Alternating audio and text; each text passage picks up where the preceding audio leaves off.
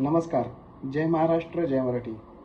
कालपासून समाज माध्यमांवरती आणि वृत्तवाहिन्यांवरती आपण एक बातमी पाहत आहोत. राज्य शासनाच्या शिक्षण विभागाने राष्ट्रीय शैक्षणिक धोरणातील त्रिभाषा सूत्राच्या नावाखाली राज्यात पहिलीपासून हिंदी भाषा अनिवार्य करण्याचा जो निर्णय घेतला आहे, त्या निर्णयाच्या विरोधात अनेक राजकीय नेते, अनेक राजकीय संघटना, बिगर राजकीय संघटना जमेल त्या परीने आणि महाराष्ट्रातले मराठी भाषिक नागरिक या निर्णयाचा कडाडून विरोध करत आहेत.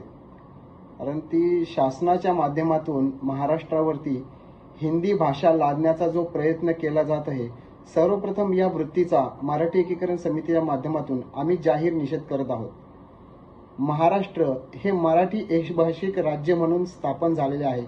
या एकभाषिक राज्यासाठी 107 हुतात्म्यांनी बलिदान दिलेले आहे. या मराठी एकभाषिक राज्यावरती शासनाच्या माध्यमातून जे भाषिक अतिक्रमण करण्याचा प्रयत्न केला जात आहे, शासनाच्या माध्यमातून म्हणजे मुख्यमंत्री स्वतः नवीन सरकार स्थापन झाल्यापासून मुख्यमंत्री अधिकृत खात्यावरनं अनधिकृतपणे हिंदी भाषेचा वापर करतात. म्हणजे त्यांचं धोरण स्पष्ट आहे की या मराठी महाराष्ट्र एकभाषिक राज्यावरती त्यांना हिंदी अतिक्रमण करायचं आहे. ते एका बाजूला अभिजात दर्जा देतात, संघ राज्य शासन मराठी भाषेला अभिजात दर्जा देतं, भाषेच्या संवर्धनासाठी प्रयत्न करतोय असे मुख्यमंत्री उपमुख्यमंत्री ठासून वृत्तवाहिन्यांसमोर सांगतात. परंतु दुसरीकडे याच परप्रांतीयांच्या सोयीसाठी शैक्षणिक धोरणामध्ये बदल करून अशा प्रकारे हिंदी भाषेचे अतिक्रमण केले जात आहे. तरी शासनाला आमची मराठी एकीकरण समिती माध्यमातून विनंती आहे की महाराष्ट्र राज्यावरती सुरू असलेले हे भाषिक अतिक्रमण शासनाने तात्काळ थांबवावे. जर गरज पडली, शासनाने आपली भूमिका जर बदलली नाही, हे अतिरिक्त ताणाचा जो विषय आहे हिंदी हा विषय, हा शालेय विद्यार्थ्यांवरतून जर हटवला गेला नाही, गरज पडल्यास त्यावेळेला संयुक्त महाराष्ट्र चळवळ उभी राहिली होती, महाराष्ट्र मराठी एकभाषिक राज्य स्थापन व्हावे म्हणून. आणि आता जर गरज पडली तर हे हिंदी अतिक्रमण थांबवण्यासाठी त्याचप्रमाणे चळवळ उभी करून या हिंदीचा विरोध केला जाईल.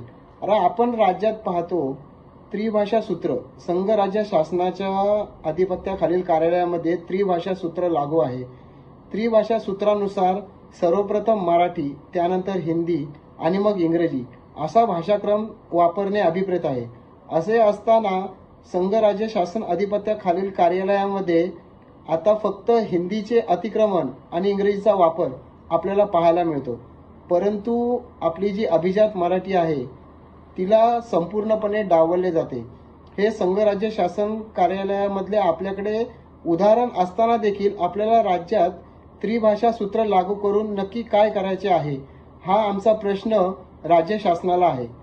त्यामुळे शासनाला विनंती आहे त्यांनी हा त्रिभाषा सूत्राचा हट्ट सोडावा आणि मराठी भाषा संवर्धनासाठी प्रयत्न करावेत.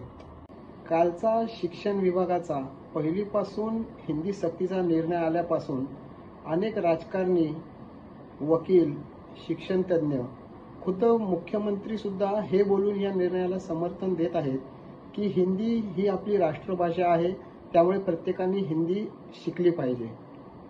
तर या सर्वांना मराठी एकीकरण समितीच्या माध्यमातून आम्हाला एवढेच सांगायचे आहे, राज्यघटनेच्या कलम 343 नुसार भारत संघ राज्याला कोणतीही राष्ट्रभाषा नाही. हिंदी ही फक्त संघ राज्य शासनाची कार्यालयीन भाषा आहे.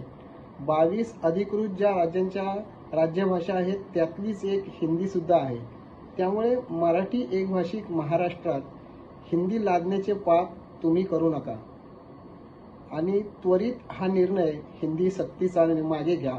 अन्यथा रस्त्यावर उतरून आंदोलन करण्याशिवाय मराठी माणसाकडे पर्याय राहणार नाही. धन्यवाद. जय महाराष्ट्र, जय मराठी.